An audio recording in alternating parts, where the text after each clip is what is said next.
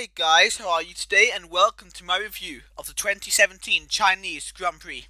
So before I get into it, I just wanted to remind you there will be spoilers of the race in this video, so if you haven't seen it yet, like for example, I know when it goes up, the highlights in England won't have been shown yet, so if you don't want spoilers, I would click off the video now.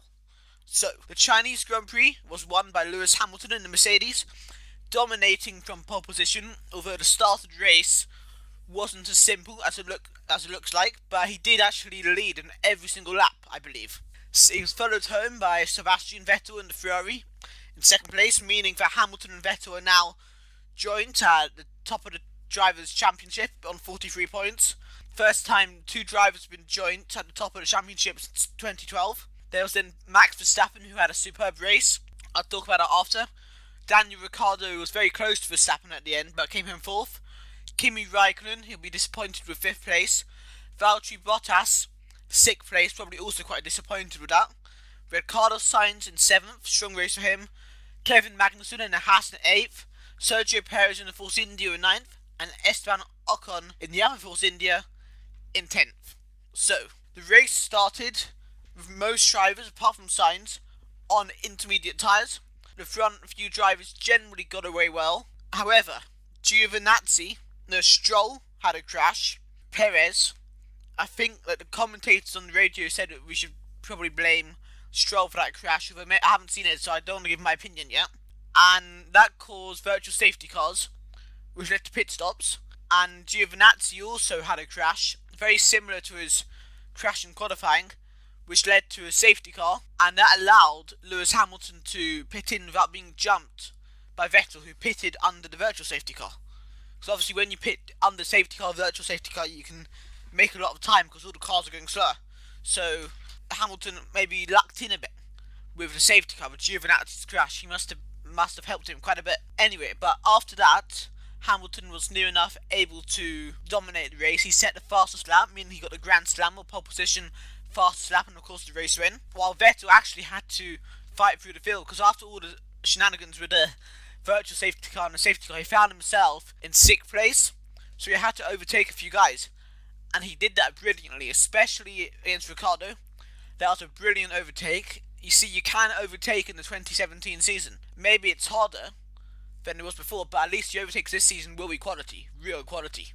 As somebody said on Twitter, quality not quantity in terms of overtakes in 2017. He also was about to have a battle with Max Verstappen, but Verstappen locked up, which essentially let Vettel through. So we didn't get to see that battle, which would have been good. But what can you do? But you can clearly overtake in 2017. And Max Verstappen proved this, coming from 16th on the grid. He qualified 19th with other drivers getting penalties and stuff. He started 16th, I believe, and he got up to 3rd place. Now that is impressive. That is really, really impressive. Lots of overtakes. After a few laps, he was in 6th or something. Twitter was going mad. The people on the radio were going mad. It was pretty amazing. But we know Max Verstappen is a quality wet race driver in wet to dry conditions. So we sort of expected that. So yeah, afterwards, of course, Daniel Ricciardo was 4th. He was obviously involved in a huge battle with Vettel, which he lost, and he very nearly overtook Verstappen at the final hairpin on the last lap, but it didn't quite work out, and he had to settle for 4th place. But after the disappointing Australian Grand Prix for him, he won't be too disappointed. So of course, Kimi Raikkonen in 5th. I'm starting to get a bit worried about Kimi Raikkonen, if I'm honest. I do like him, but I think he's losing it. It's not so much the pace he's losing his aggression in wheel to wheel. You don't see so many overtakes from him these days, which sadly is a big thing in modern F1 in 2017 season, that you need to be aggressive with your overtakes. That's something we've learnt, and sadly, I don't know if Raikkonen still got it.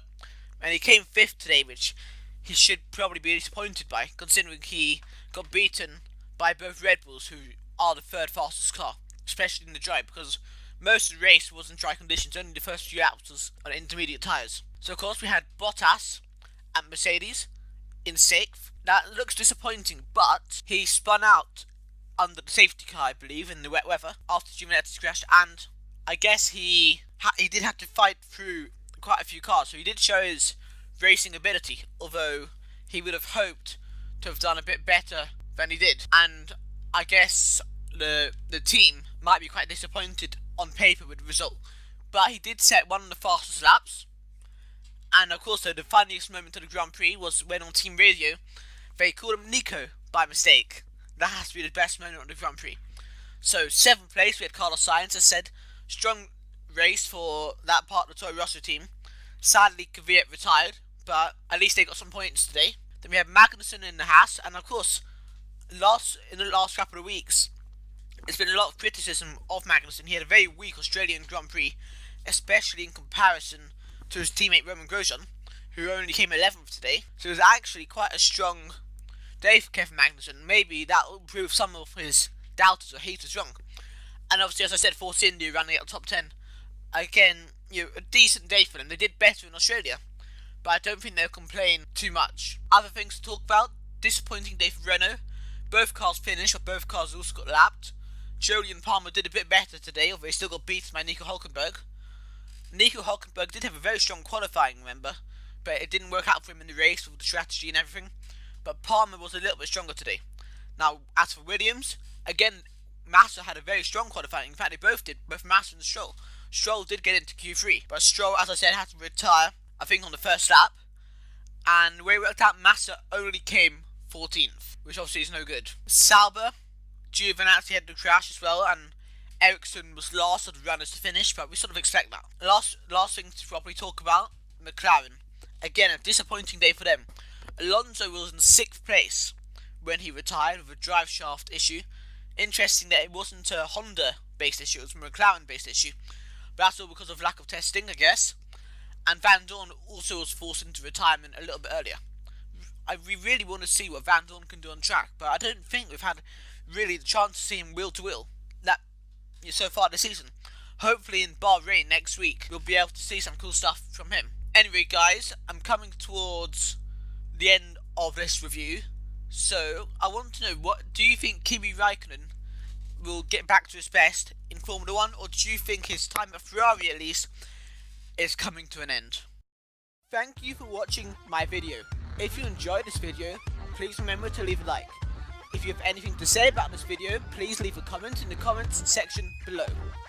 If you really enjoyed this video and you want to see more videos like this and other types of videos, please subscribe to my channel. Also go and check out the video that should be on screen right now.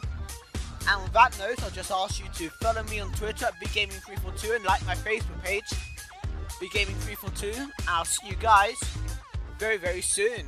Goodbye.